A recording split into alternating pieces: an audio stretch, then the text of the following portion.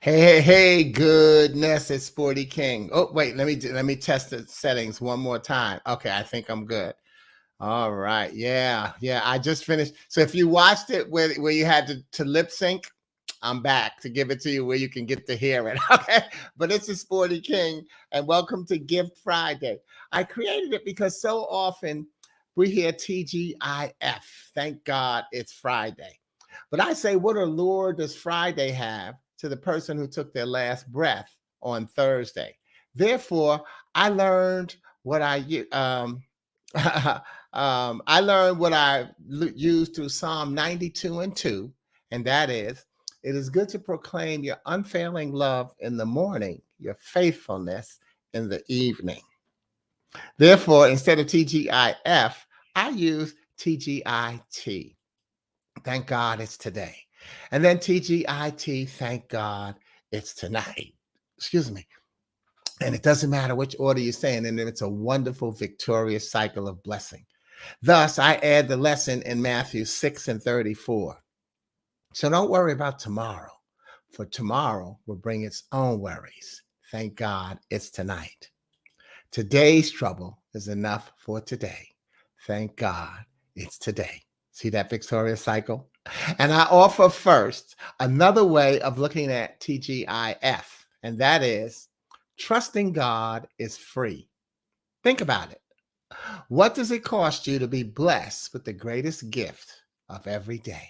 Waking up doesn't cost you a dime. And that still moves us to realizing that when we move the T in TGIF from the front to the end, we find what we really must give God thanks for, and that is the gift of today. Therefore, GIFT, Gift Friday, God is for today, tells us what we really should be thankful for. And it's the online sharing of one of my original poems and its possible uses to inspire audiences online or in person. Each poem will be my gift to you, where you'll hear me read it here and then share this week's gift. If you like a colorful keepsake copy and you're watching on Facebook or LinkedIn and you're not already on my mail list, I ask that you email me that request to sporty@sportyking.com. Tech lesson. If we have not already exchanged emails on anything, if I send it to you based on you asking right here, it'll come as spam and it won't get to your security. So if you send it as an email from your email address to sporty@sportyking.com, I will be replying to you, and therefore it'll get through. Okay? All right. Meanwhile, this week I've chosen a poem from my book, A Poet in Every Prophet, a book that reminds and encourages any writer that your gift cannot be measured by public approval. The words you put on paper are gifted to you from God as only you can express them. You may not be a poet by the dictionary definition, yet there are times where your words foretell the future. So, above all things, consider each poem you write as good, for it is an expression through you for someone who you may never meet in life.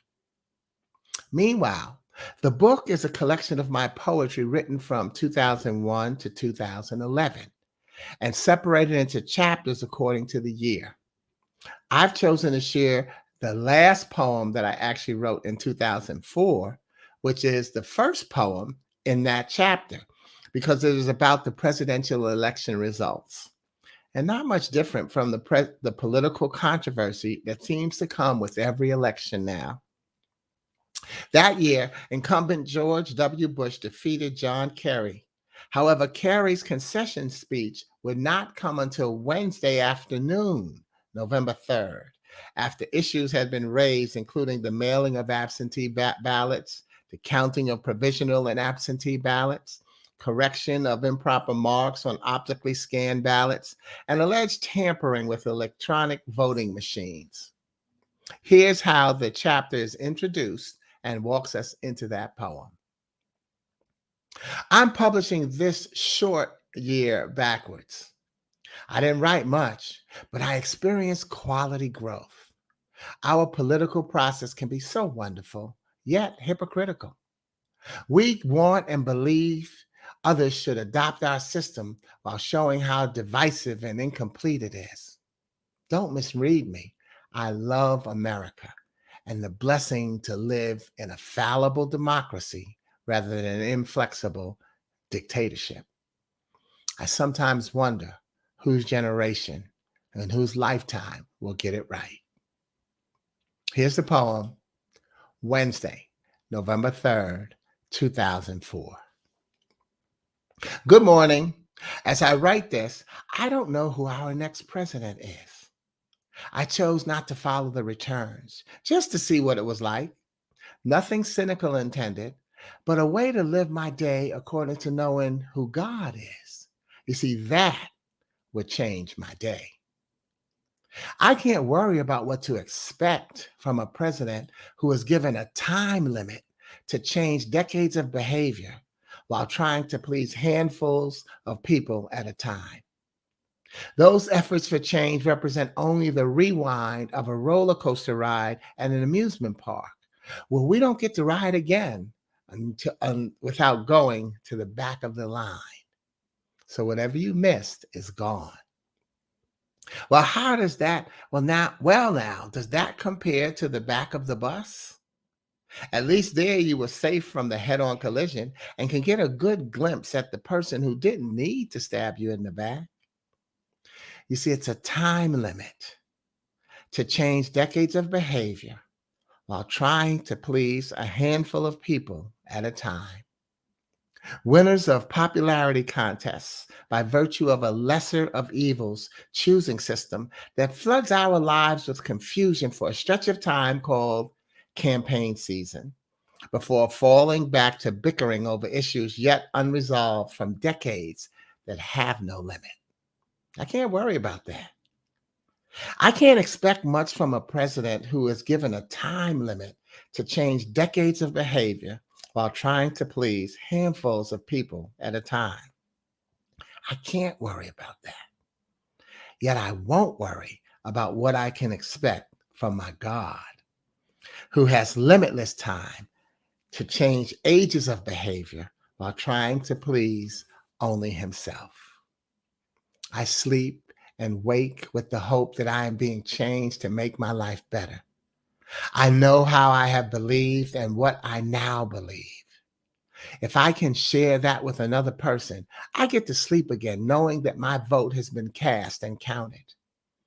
So when I woke up this morning, God was still my God.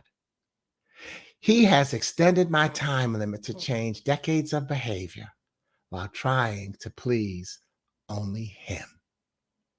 It's 10:02 a.m. and there's no president. Case closed. Yet before I close that case and this case, I'd like to take you back to celebrate something I wrote in the introduction of that 2004 chapter. I wrote, I love America and the blessing to live in a fallible democracy rather than an inflexible dictatorship. Part of that blessing is due to the sacrifice of our men and women in military service throughout the years. Today, Americans celebrate Veterans Day, while in Canada and Australia, November 11th is celebrated as Remembrance Day. Canada's observance is pretty similar to our own, except many of its citizens wear red poppy flowers to honor their war dead. In Australia, the day is more akin to our Memorial Day. In Great Britain, they call it Remembrance Day also, but observe it on the Sunday closest to November 11th, with parades, services, and 2 minutes of silence in London to honor those who lost their lives in war. In America, first of all, it's not veterans, VETERAN apostrophe S or VETERANS apostrophe day. You see, the apostrophe is a grammatical symbol of ownership. Written as shown, the day would belong to one veteran, apostrophe S, or multiple veterans, S apostrophe.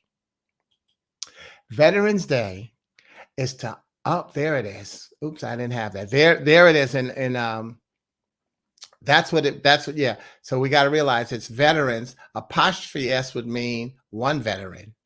S apostrophe would mean multiple veterans.